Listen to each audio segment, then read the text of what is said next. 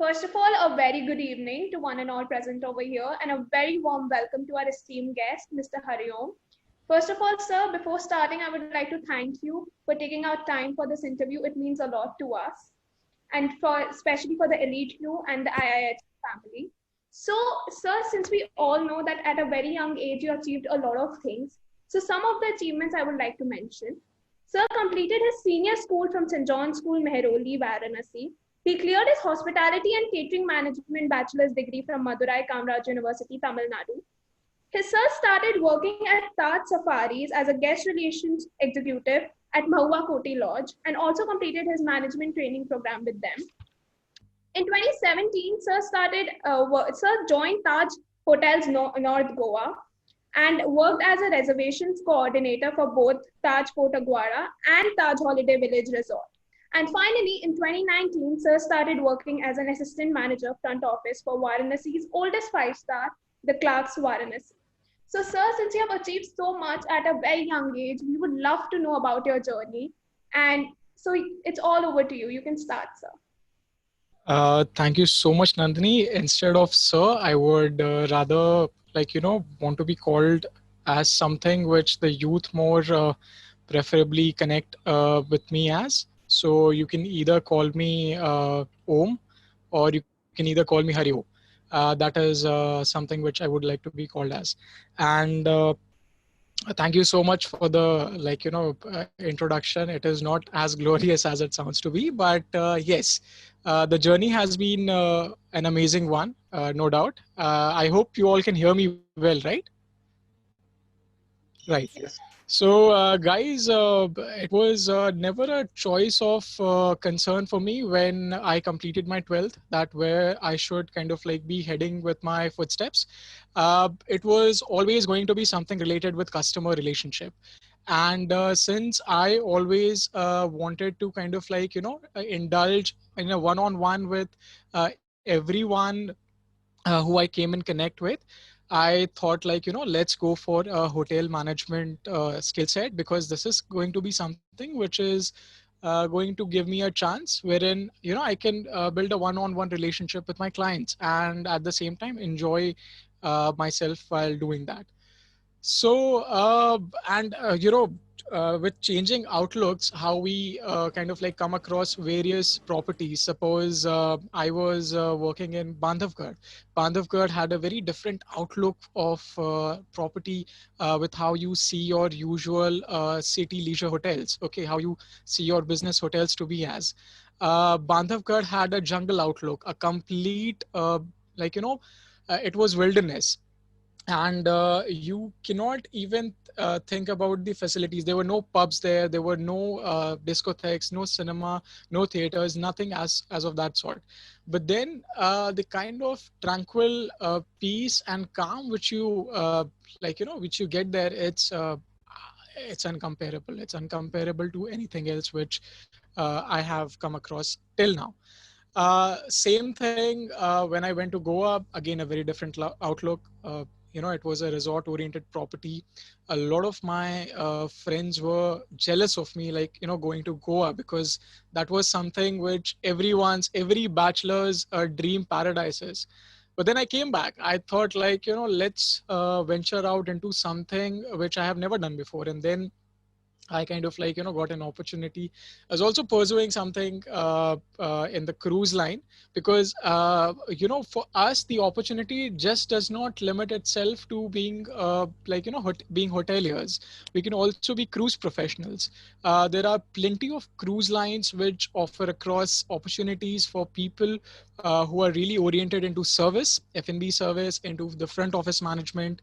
I'll tell you something. P&O UK, which was the company which hired me, they have 40% of their front office professionals from India. And this is something which I kind of like didn't know even after I was like, assigned the job role of being a assistant chief purser with them. But then anyways, that's a completely different story altogether. Coming back to my hometown, I always wanted to be in close accord with my family, and I always wanted to kind of like, be in close connect with them. Luckily I got an opportunity, and here I am, like, in the pandemic, working from home. Although you need to be a very well groomed when you kind of like are working in a hospitality profession. It's like a second army job. Like, you can consider it like an army itself, because you have to be groomed, you have to be disciplined, you always have to be up on your toes. There can be an issue which can be arising at any corner of the property, any corner of the hotel. And it doesn't have to mean, like, if you're working at the front office, or if you're working at the food production line, you have to be up on your toes 24/7. uh, what matters the most is your aptitude and your attitude more than your experience. As I would lay out, like, although I have completed 5 years in the industry, more than 5 years now, but your attitude is something which is going to take you miles and miles in this particular sector. So that's about it. Like, I didn't prepare a speech or something. I just wanted this to be a one-on-one thing with all of you guys. If you guys have any questions of any sort, uh, be it from the hotel line, be it from a career oriented, a job role oriented resource, anything, you're free to kind of like question me with regards to that. So we'll start with the question answer round, and I would like Yes. my colleagues to ask you questions. So, Sure. Tenzin, would you like to go first? Yes, Nandini. Good evening, Mr. Om. My name is Tenzin, Hi. and Hi, today my Tenzin. question is, what is the reason that you joined hotel industry? So sorry, Tenzin, I didn't understand your question. Good evening, sir. My name is Tenzin, and my question is, what is the reason that you joined hotel industry?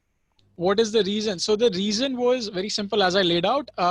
See, I liked interacting with people. Okay, I was always a sort of an extrovert-minded person ever since I completed my 10th, and I knew, like, I have to go in some industry which can give me a chance to interact with people on an everyday basis. Uh, on an everyday basis, that too in a hotel. If you see, some people work behind the scenes as well, but some people, they get an opportunity, they're very lucky indeed, especially people from the front desk, the service industry. They get to kind of like work on a one-on-one basis with the clients and the customers. So that was one thing which really got me intrigued. Like, this is one particular sector wherein I can speak to different individuals, know about their cultures, share something from my experience and knowledge as well. And it's a never ending process. You keep on learning until until you want. Dipendra, would you like to go next? Good evening, sir. My name is Good evening. Deepen Singh. Yeah. Sir, my question is, what was your first job role? My first job role. So apparently, my first job role was as a guest relations executive at Panna. I actually joined Panna for a very brief period of about, half a month, wherein it was my early startup regime. And they kind of like trained me in various sources and different outlooks, wherein I could kind of like be groomed to the atmosphere, because the atmosphere there was completely different than what you find in your city hotels. So guest relations executive at Panna. Then when I went to Kanha for a more adept training regime, uh, things kind of like started getting on my shoulders. You will get a lot to learn, a lot. My goodness. I started looking after the game drives. I started reading about wildlife.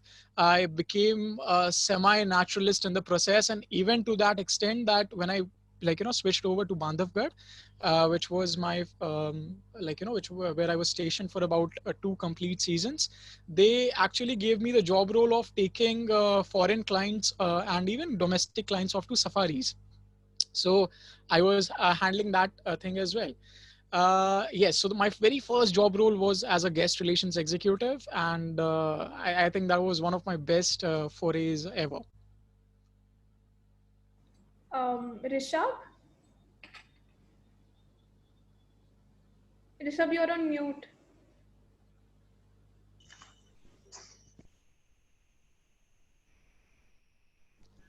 Rishabh, you're again on mute. Can you unmute yourself and ask the question? Sorry.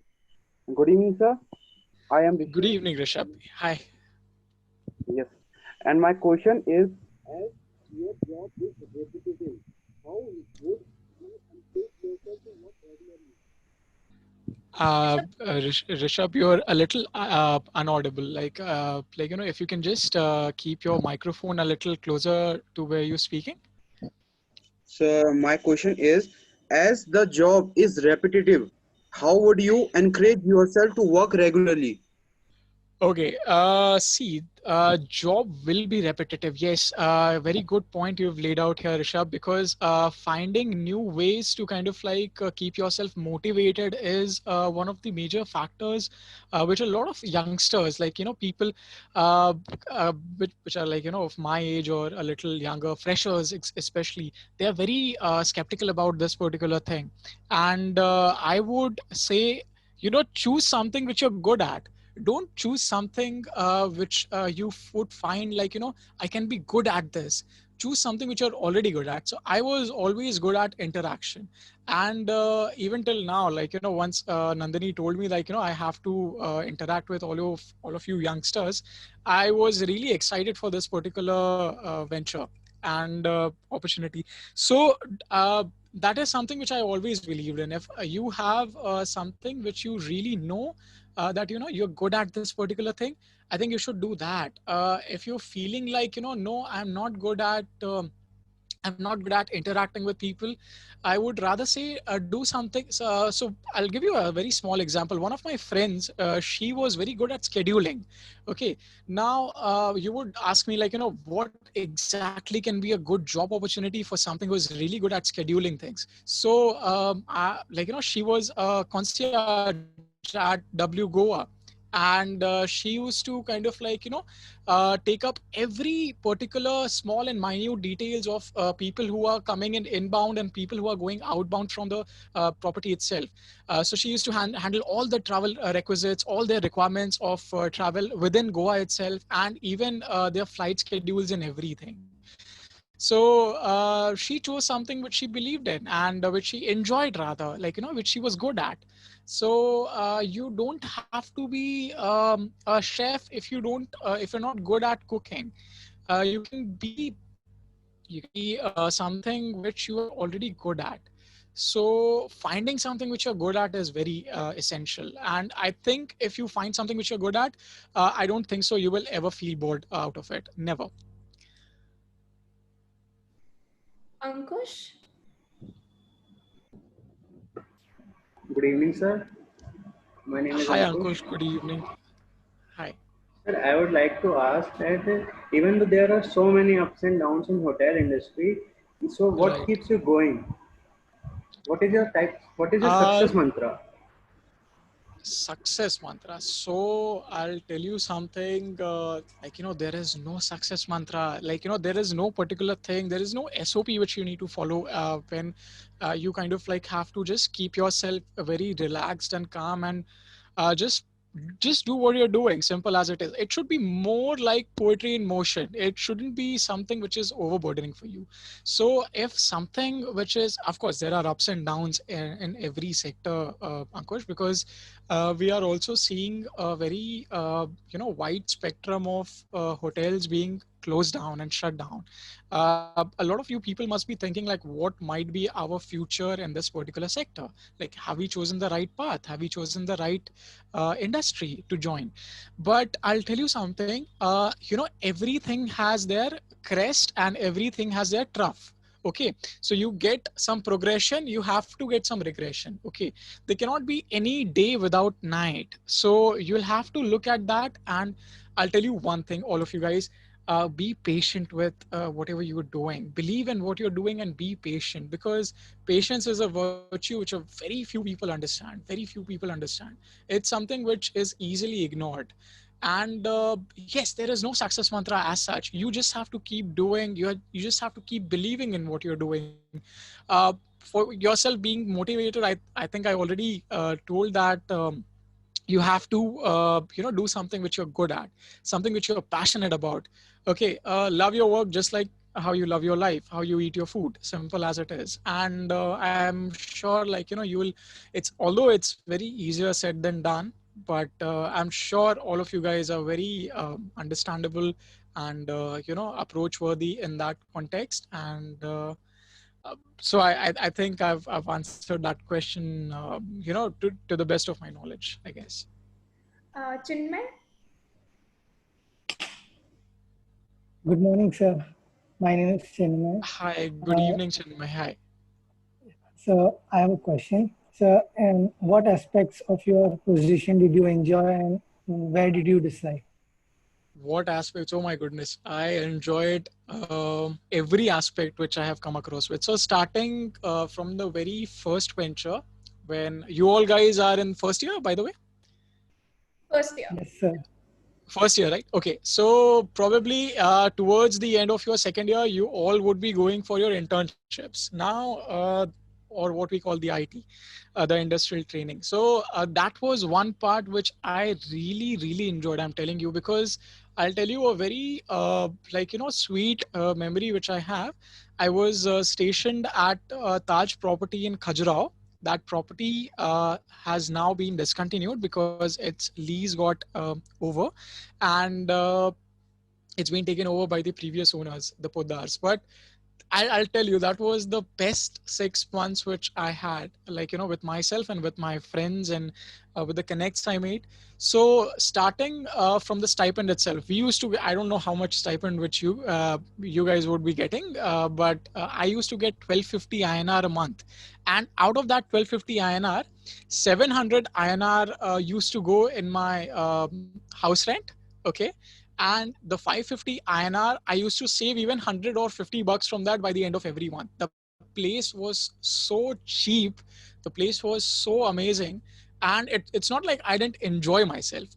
Every evening there was a small fair which used to be organized in the market up there. And me and a couple of my friends, we used to go there every evening, try some new delicacy out there, some new function which used to go on. We used to just, like, stand up there, see what's happening, see the hustle and bustle, see where kind of like, because it's a completely new aspect. And that was really enjoyable. I remember after 2.5 months, I didn't even had to kind of like, so I used to give my rent, but I never lived there because I had such a great camaraderie with the staff and my seniors and even my front office manager, that he told me, अरे आप क्या बाहर जाओगे क्या? नहीं नहीं, बाहर मत जाओ, अंदर ही रह लो होटल के क्वार्टर्स में, मैं बात कर लूंगा, no issues. So that is the kind of aptitude which you need to carry, because maintaining relationships, any sort of relationships, is a very tough task for anyone these days, because a human tendency, it's not a rocket science. It's human tendency to be social animals. We are homo sapiens. All right, so we need bondings, we need relationships, we need something on which we can thrive upon. So I think if you can build up relationships with your colleagues, your close buddies, see, many of them might not treat you in a good manner. They might not give you a very warm sort of feel or welcome or something like that. But you have to believe in yourself. Like, you can make out of it. You can make out of it. Even I had certain experiences which were not very, I would say, hospitable. But then again, everything matters to your attitude, how you take it up. You have to look up at the glass as half full, not as half empty. And if you can keep up this attitude, I'm sure, I'm 100% like certain that you guys are going to go very far ahead in this. So this was one aspect which I really enjoyed. Another aspect which I enjoyed was being a naturalist, because that was something which kind of like was not my comfort zone. I was never really into wildlife, and knowing about all the different species, like, even up to their biological names, the nature, the subject, and everything. And being a photographer, it kind of like helped a little. but then again, you have to work really hard in this. You have to work really up on your toes to kind of like make your mark amongst everyone else. So that was one aspect which I really loved. I also enjoy like the aspect which I currently have, because I get to meet a lot of people now, because in Bandhavgarh, the size of my property was 45 acres, but we only had 12 cottages up there. It was more of a luxurious feel which used to be given at our property. But up here, it's more about business, it's more about travel, it's more about leisure. So the room count is more. I get to see and meet and greet a lot of people on an everyday basis. Of course, right now the situation is a little different, but yes, during regular times, I have had great fun, I'm telling you. So yes, these were the aspects which I really enjoyed about all my different work job roles, and that's about it. Simran?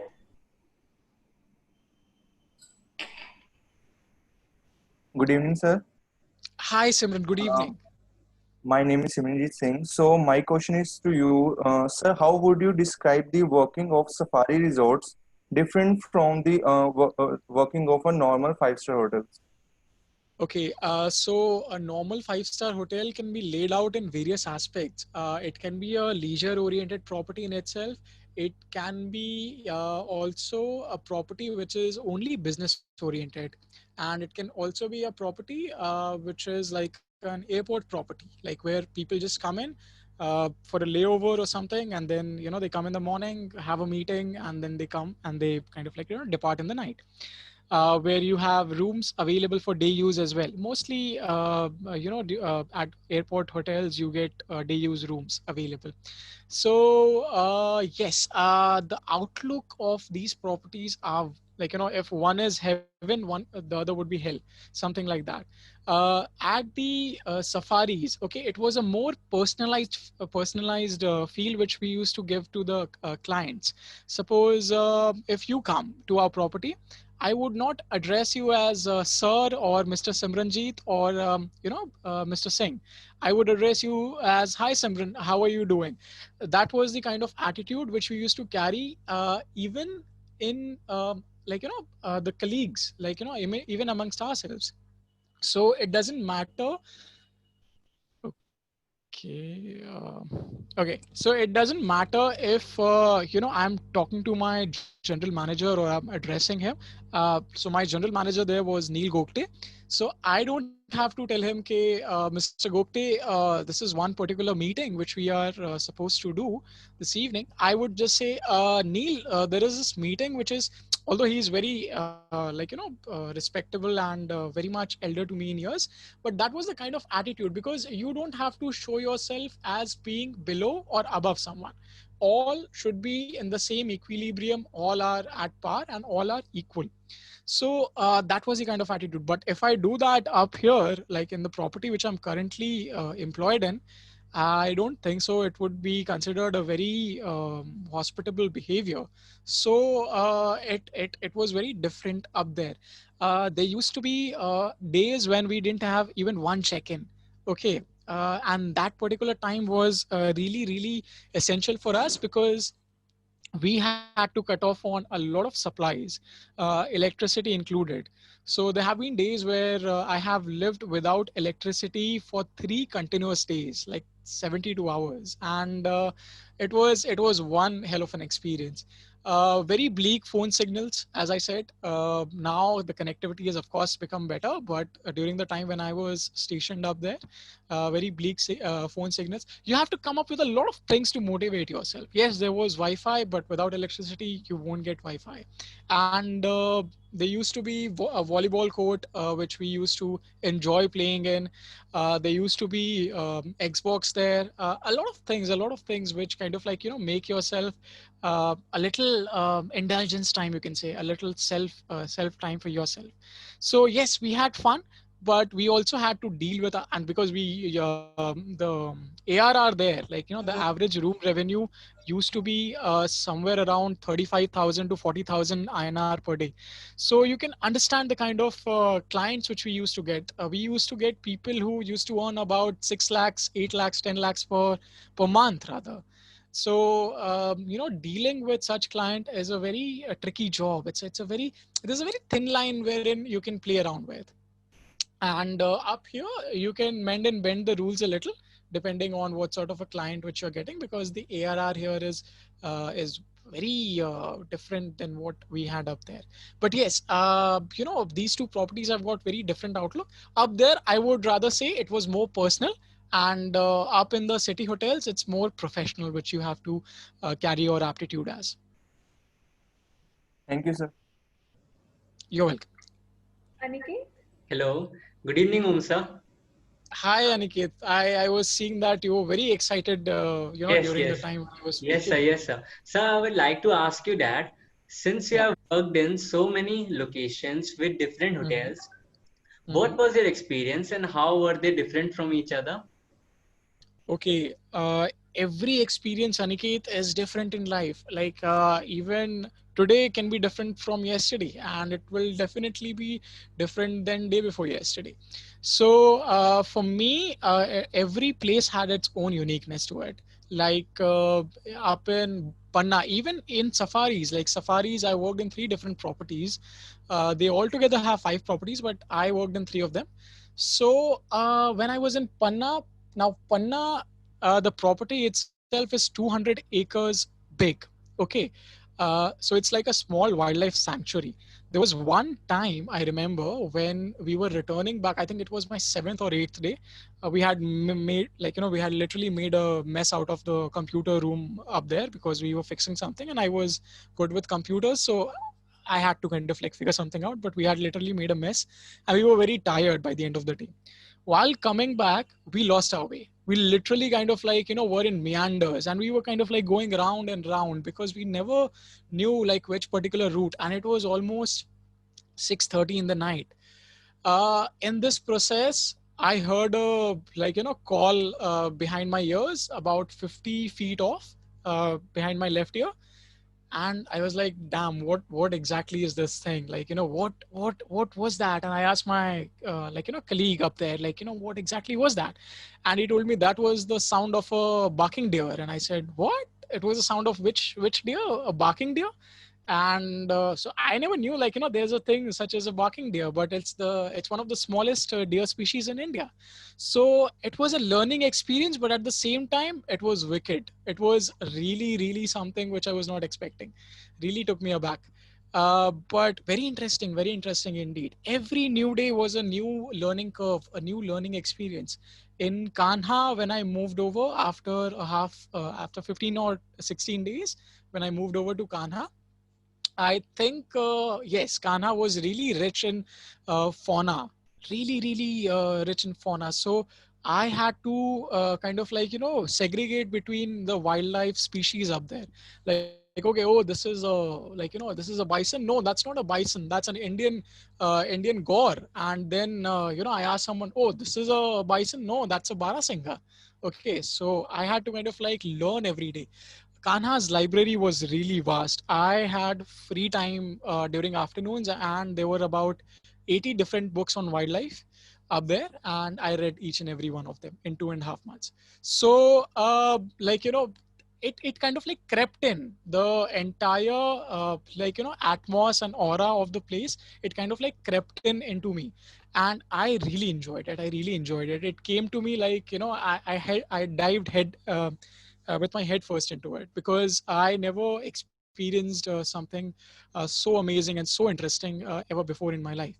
There used to be a time when we also had to go about the entire night being sleepless, just so that we could get a ticket at the ticket window.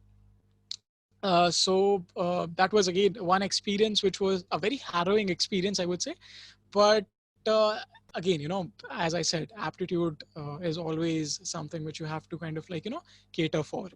uh, yes, so different experience. Mawa Koti, Bandhavgarh, oh my goodness, what a place was that. It gave me everything. I had the biggest office in the entire world. I could proudly say, oh, you know how much my office is. It's about 700 square kilometers long. And people used to ask me, really? Like, do you own that much? I said, no, no, no, I don't own that much. That is the, like, land area which Bandhavgarh National Park is kind of like, located into, including the buffer zone. So yes, we had leopards prowling in at night. We used to go on night safaris, night walks. We had night vision cameras and equipments which we used to kind of like work around and tweak around with. There used to be tigers coming in and being there for 2 days without us even being aware of it, and we're just like passing by. So very very dangerous at the same time, but then interesting indeed, very interesting up here. Especially during Dev Dipavali. So if you are aware about it, Varanasi is actually famous for Dev Dipavali, and you won't find even a single room. I mean, during a natural cost, during a very normal period, you won't find even a single room available in any property, being a lodge or being a 1 star, 2 star, 3 star, 5 star property. You won't find anything available during that particular day. I had one client which had come in and they had some mishap which had happened, okay, with them, with their reservation.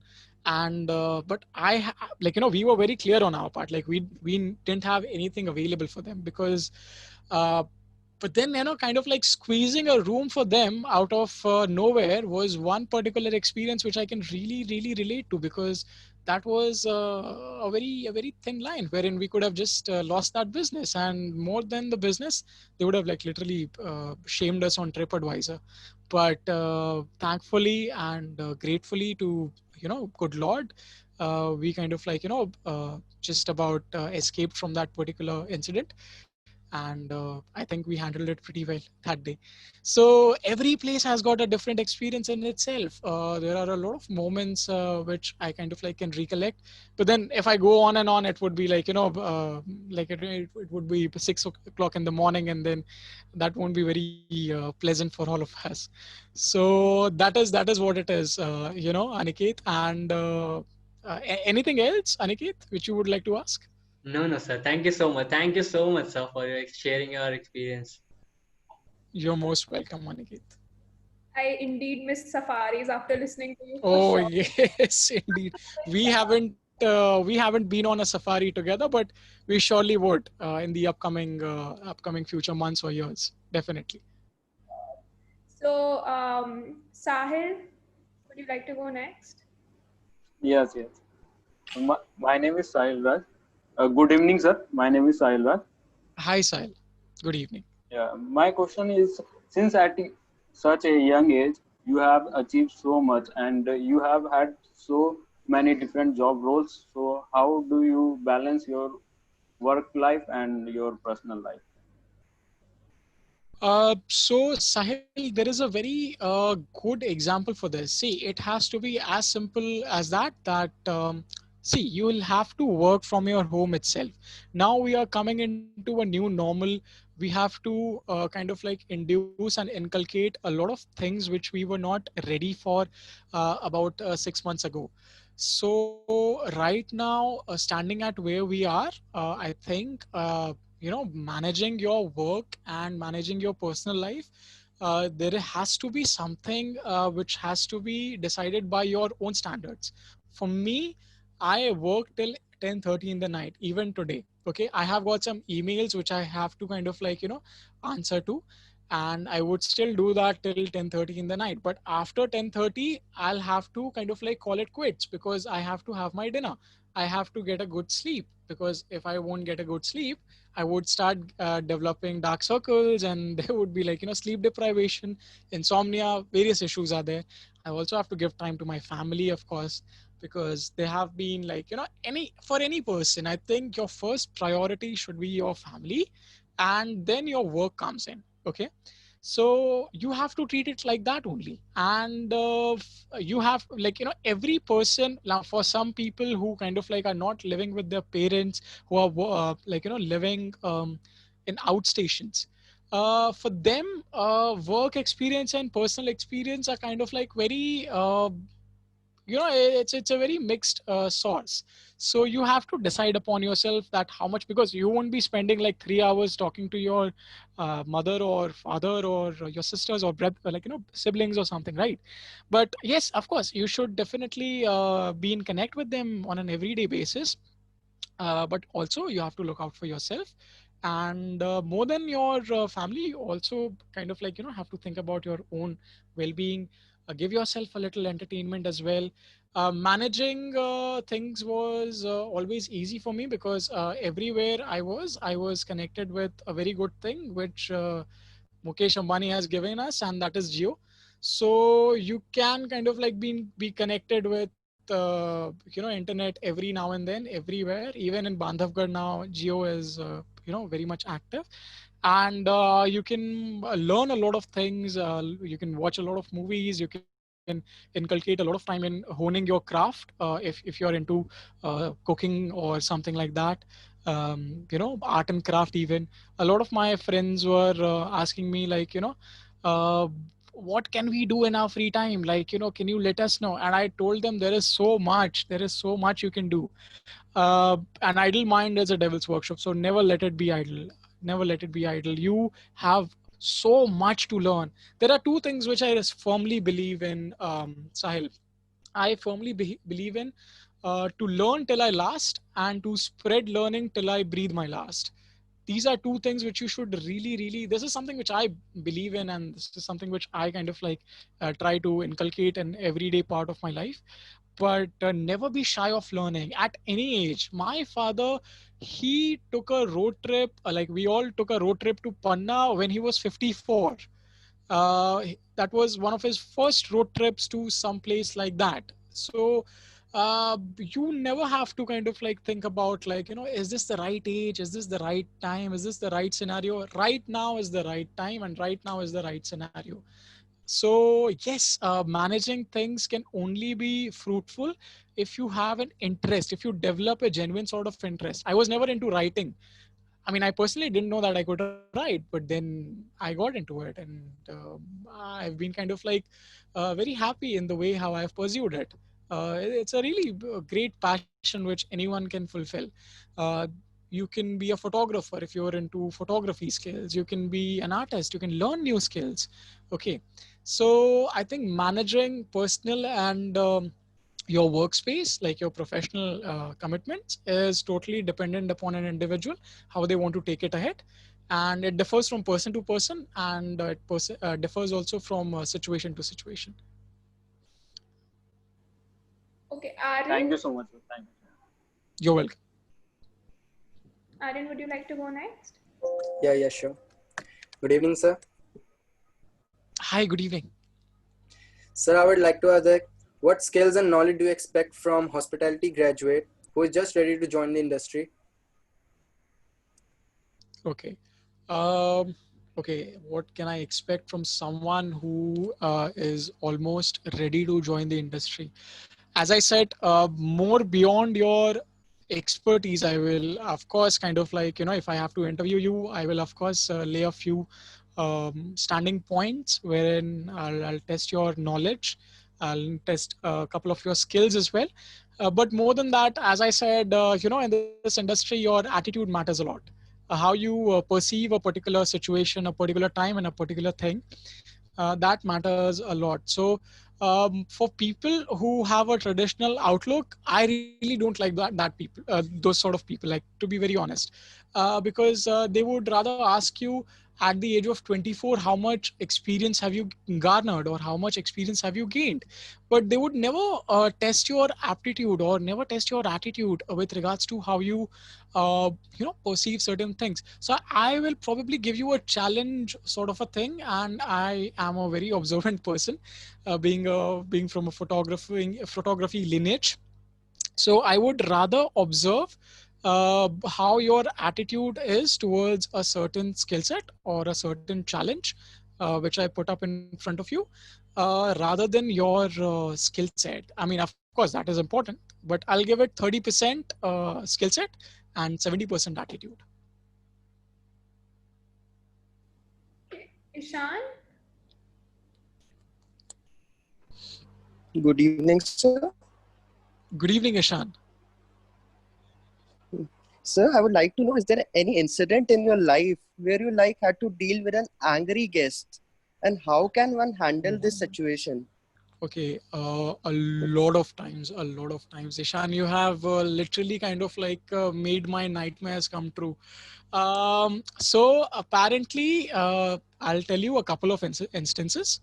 When I was working in Mahua Koti, okay, there was a time. So I also used to overlook the spa, okay, because we have to take care of a lot of things when your property is small, the number of staff is limited.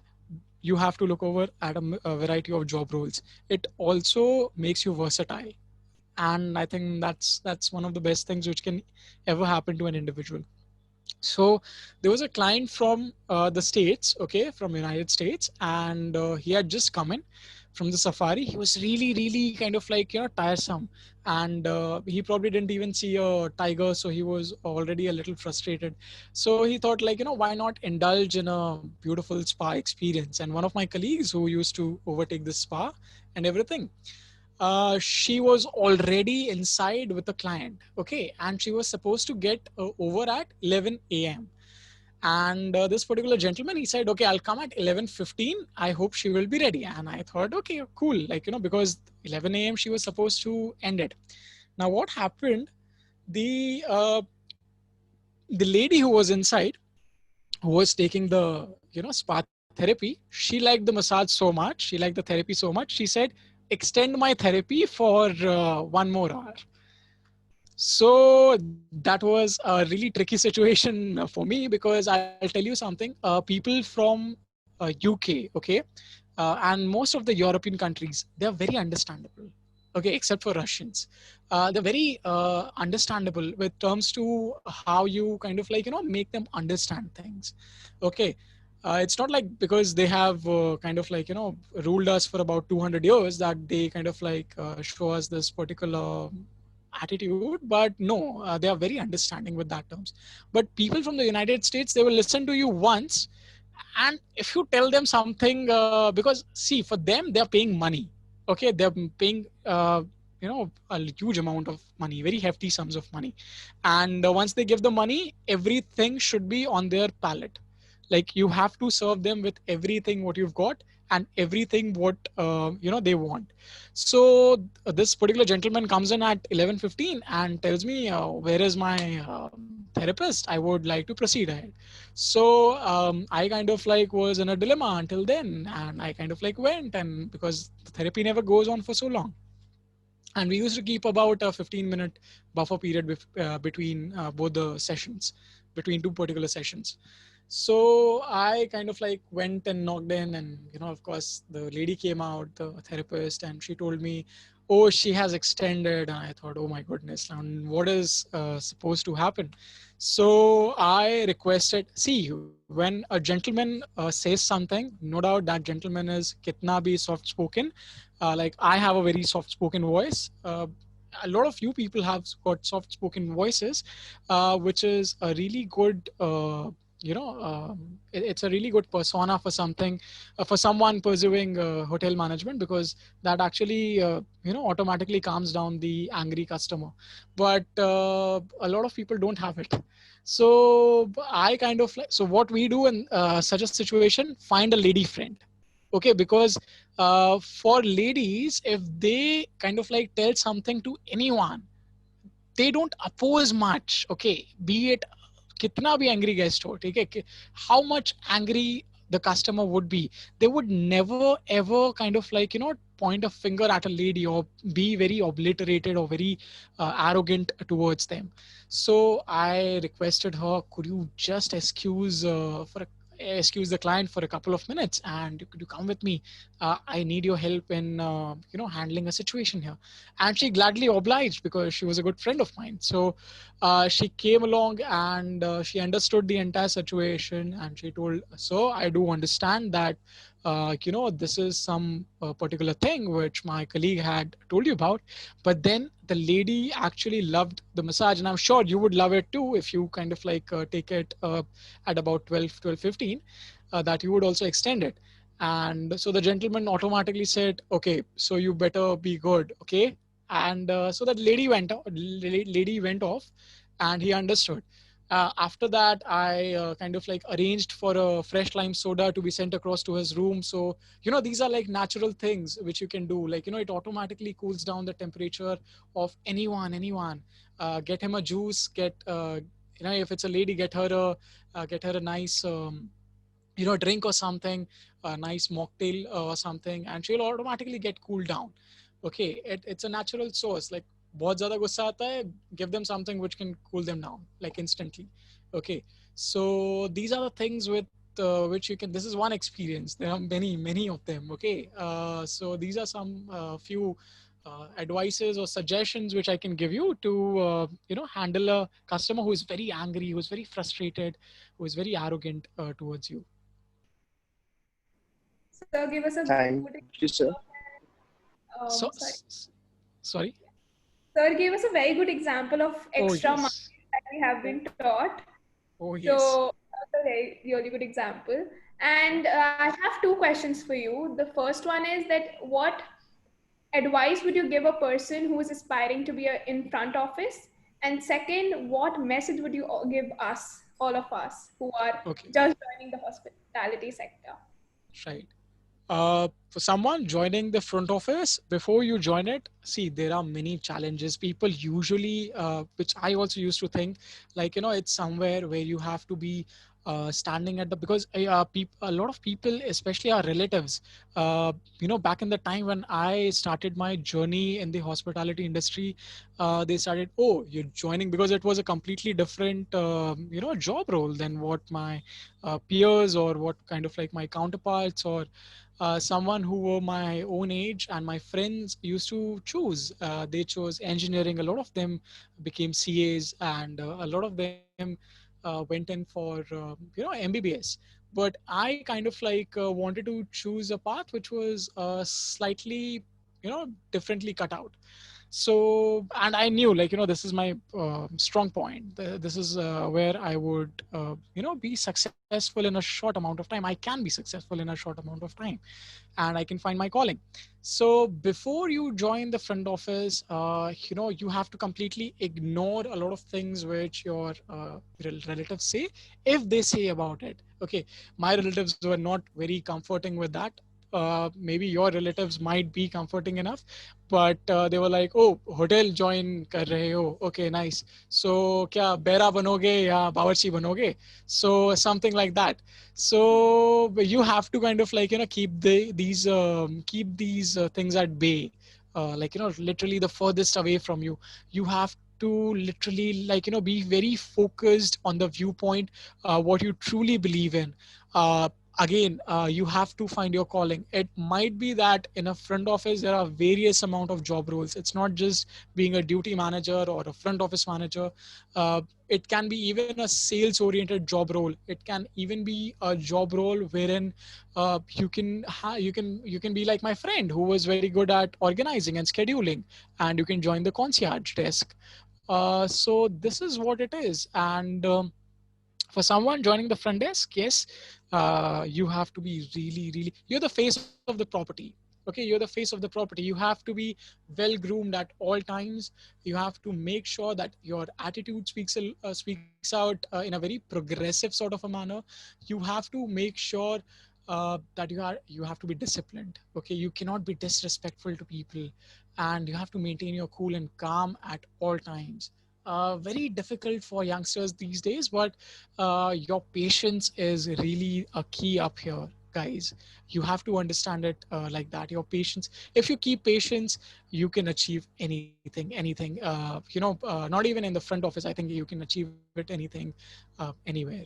So yes, these are some of the viewpoints, some of the suggestions, some of the advices which I can give to someone who is supposedly wanting to join the front desk, uh, or wants to make a mark for him or her in the front office department.